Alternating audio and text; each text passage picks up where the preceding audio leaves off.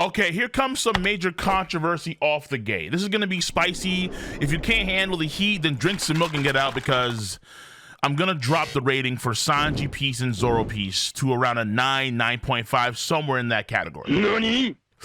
That's right, I am dropping, even though I gave them 10 out of 10s initially, I did something that changed my perspective on both Zoro piece and Sanji piece, and now I'm dropping that rating. So again, if you just can't handle that, if you're then Run. Why am I doing that? I rewatched One Piece episode 10-15, and I was like, yo, nah.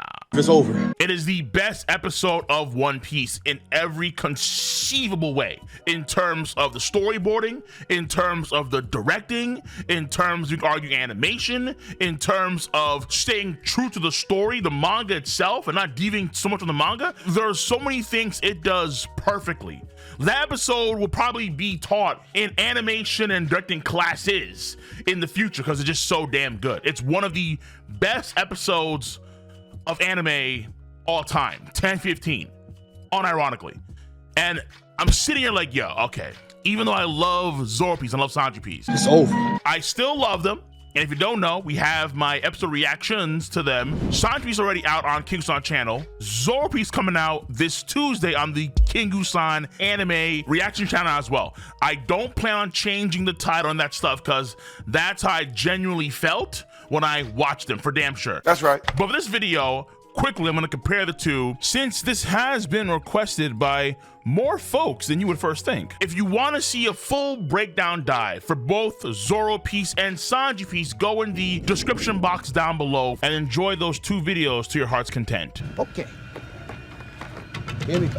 One of the primary criticisms of the anime is that it deviates too much from the manga, and Zoro piece and Sanji piece are no exception to that rule. A bit more in Zoro piece compared to Sanji piece, and even though, of course, I'm on the record, and I still maintain frame here, where I'm all for the over-the-top, extravagant animation, even let's say if it does deviate somewhat from the story itself, I think that folks who do dislike that are absolutely well within their right to. And I think for better or worse, it is for better. And for the most part, not every time of course, but for the most part, the deviations do add clarity in situations where the manga version is sorely lacking it. And when it comes to the power scale, it does make some characters look stronger. Like Kyle taking the King Kong gun point blank from Luffy and not being phased at all.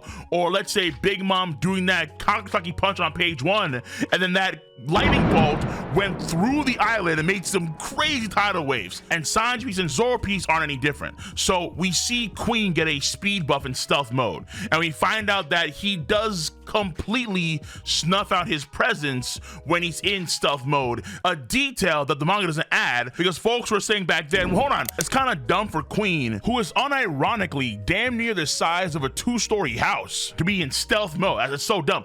No, he's way faster in stealth mode, and he can completely snuff out his presence. It is a Hunter x Hunter Zetsu, but the tech version. And then of course you have Sanji's pause in his chain combo to beat Queen before the beef the both burst itself, which only makes that single attack look even more powerful, particularly in the anime where the explosion is several times the size of the manga counterpart. The explosion that Sanji makes is so damn big that at its largest it is bigger, way bigger than the rooftop itself, the entire rooftop on Onigashima. So in the anime, Sanji's raw power, his destructive power, is increased by orders of magnitude compared to his manga version, particularly when you factor in the fact that the camera angle has it to where like it's shaking, as if like the entire island was shaking, and considering the massive explosion, yeah, makes a lot of sense. Though there is an error that Tu Young C made at the end of the beef burst when Queen is sent outside the island, where if you compare the orientation of the whole island itself, in manga chapter 1035, it's actually flipped, because the way it looks in the anime, it looks like Sanji and Queen are fighting in the same side Zoro and King are fighting, when they should be on the opposite side of the island. Likely something they'll fix in the Blu-rays. Then on the Zoro piece side of things, King doing the crazy dragon sword, I'm like, yo, what? Because in the manga, it's like 0.5 fire the dragon, point, fire the dragon. It's not as all-encompassing as what we see in the anime, where in the anime, the dragon swarm is literally everywhere. Like, they increased this man's AoE to such a huge area. You must have caught this too. The way they depict the environment in Zoro Piece, it seems so much bigger, so much larger, even though we all know it's just the right brain tower side of the island, but it looks so massive because of how they just like depict that fight at large, which is why King's dragon swarm just looks so all-encompassing. And then Zoro, the main thing here for him, for the buffs, was that Zoro dove into the dragons and then attacked me inside out. That was nuts. That dragon is like a quote-unquote magma-ish fire, imperial fire dragon. I sent him a reaction, I was like, yo, hold on. If I'm a kind, I'm like, oh, wait a minute, what the, whoa. I'm sweating a little bit here. This is where the continuity of the manga kind of like comes into play here. If a Kainu and Zoro have a fight in the future, for like whatever reason, it would be looking kind of sussy-wussy baka, if Zoro did take damage from a Kainu's magma like that. If that happens in the future, then folks will bring this back up. Like, hold on, whoa. In the anime, Zoro's going into the Imperial Fire Dragon Swarm. Huh? Why is he swinging a Kainu now? And to be fair, because of hockey, you could argue that the hockey that a Kainu has can amplify the intensity of his magma. But we'll get to that bridge if that bridge ever comes. If it ever comes. Zoro and Sanji for damn sure look stronger compared to their manga counterparts. Now, when it comes to animation, overall, I would say that Zoro's finisher was the best animation. Like, it was outstanding. Basically, when King the Wildfire starts to make those gigantic flaming halos, yeah. When Vincent Chansar starts to go off with the impact frames and like it looks like an entire raid boss, yeah. Yen BM, Vincent Chansard, did not forget about his classmate Luana. They did a great job. I think that was the best stretch of animation between those two. However, before that, I do not think that anything that's in Zoro Piece is better than that last stretch of Sanji Piece. Meaning, when we see Sanji go Ifrit Janbe, then This is madness! Madness!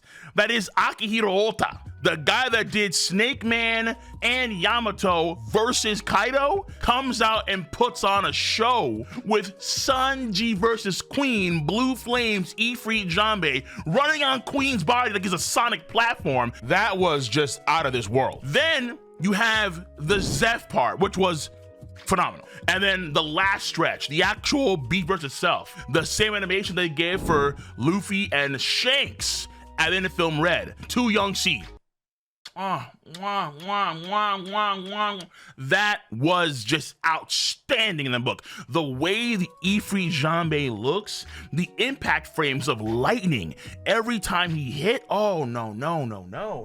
And let's double back to Zeph real quick, because even though the final stretch of Zoro Piece is better animated than the final stretch of Sanji Piece, that same Zeph moment is just as good, if not, you could argue better than the beef burst itself. Seeing Sanji, seeing Zeph, look at the Straw Hats, looking at that crisp shot of Luffy, I'm like, what?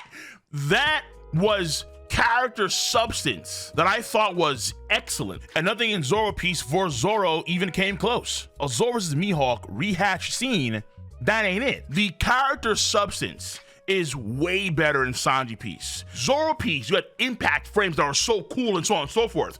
But in Sanji Piece, you had imagery that tackled Sanji's metamorphosis, backstory and his upbringing, the monster bloodline, his ideology and his dreams, losing and then regaining his humanity. I even saw hints of Neon Genesis Evangelion in the imagery itself in Sanji Piece. So even though during Zoro Piece I was going treasure hunting for these dope ass impact frames, trying to find Among Us and things of that sort, seeing Sanji at the edge of a field of corpses, man, that hits the heart on just deeper levels. Queen explaining that Sanji's Ifrit Janbe ability is still in lockstep with his potential continuing ongoing metamorphosis, I thought was really interesting, because in the manga, once Queen was outed to be what he was, a creep, an asshole who hit Osoma and so on and so forth, it kind of made it feel like Sanji had escaped. He no longer has to worry about losing himself, since that was basically Queen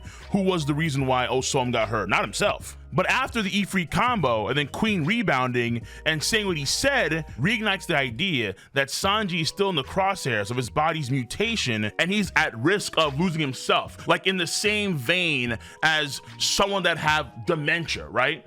God forbid Alzheimer's, disease like that. Change this, that changes who you are. And Sanji potentially being like his brothers, changing who he is as a character, which is what he tried to do in Whole Cake Island. And then ultimately Luffy fought against that. The themes are there. And we're even seeing now on Egghead Island, where Sanji against S-Shark looking a little bit sinister, more than usual. So again, these things I think are very, very good in terms of the character substance. Though you can fairly argue that in Sanji page, they used too many of those reused clips from Whole Cake Island to move along a lot of those character components. So comparatively speaking, less of that stuff in Zoro piece did make the overall fight flow better. And on top of that, when it comes to story substance, this is where I think Zoro piece has the edge over Sanji piece. Yes, it's King the Wildfire, and it's Kaido, and it's Joy Boy. These are very, very, very, very, very good bits. Absolutely. Joy Boy material, Lunarian material, is very important story substance that of course tackles the end game of the series. Lunarian's probably, Joy Boy, yeah, most definitely. Even adding that Kaido had Conqueror's Haki back then, and according to the anime, allegedly King noting to how there could have been other Lunarians that were there on Punk Hazard. Now again, will that actually be a thing that's revealed in the manga later on? I'm not too sure. There were hints early on in Wano Country that Oda was talking to Toei about adding various things here or there. And we have seen a lot of these details be fleshed out way more in the anime compared to the manga, absolutely.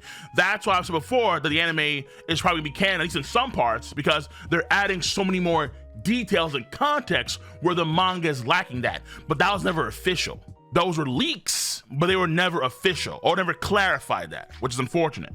But I think it's also like, let's say, maintain the sanctity of the manga. So in the future, for example, if we do get Zoro at Ryoma's grave in the anime, I mean, I think most of us would say, yo, that's gotta be canon, right? Because in the manga, I ain't nowhere. In the manga, that ain't nowhere. But until Oda really confirms it, we can't necessarily say it's full-blown canon. That's why, even still, I have to lead with the manga, but some things the anime does definitely clear up and I have to kind of lead towards there. It is what it is. All right, it's like a dance between the two, between the anime and the manga. But that being said, that's my stance on overall Zoro piece and Sanji piece. In some ways, I kind of view it as like a peak Dragon Ball Z fight versus a peak Yu Yu Hakusho fight, where the combat in the Dragon Ball Z fight is going to be cooler to look at, but the Yu Yu Hakusho fight is just going to have way more substance, way more value, just be deeper. So in some ways, I do kind of view Zoro piece and Sanji piece like that. They're both peak, but they get there through different routes. I gave them the same rating. I think it's overall relatively fair. Even in the upcoming reaction for Zoro piece on the Kingu channel, 10 out of 10 still, because that's where I felt back then for sure, without a doubt. Moving forward, 9.5, somewhere in that range. And again, if you don't believe me, just rewatch 10-15. Just rewatch it. But let me know your stance on the subject matter at hand. If you enjoy your boys' content, make sure to give me a thumbs up. Of course, subscribe to the channel and click on that bell to join the notification squad. I'm gonna catch you cats on the flip side. See you. Bye bye.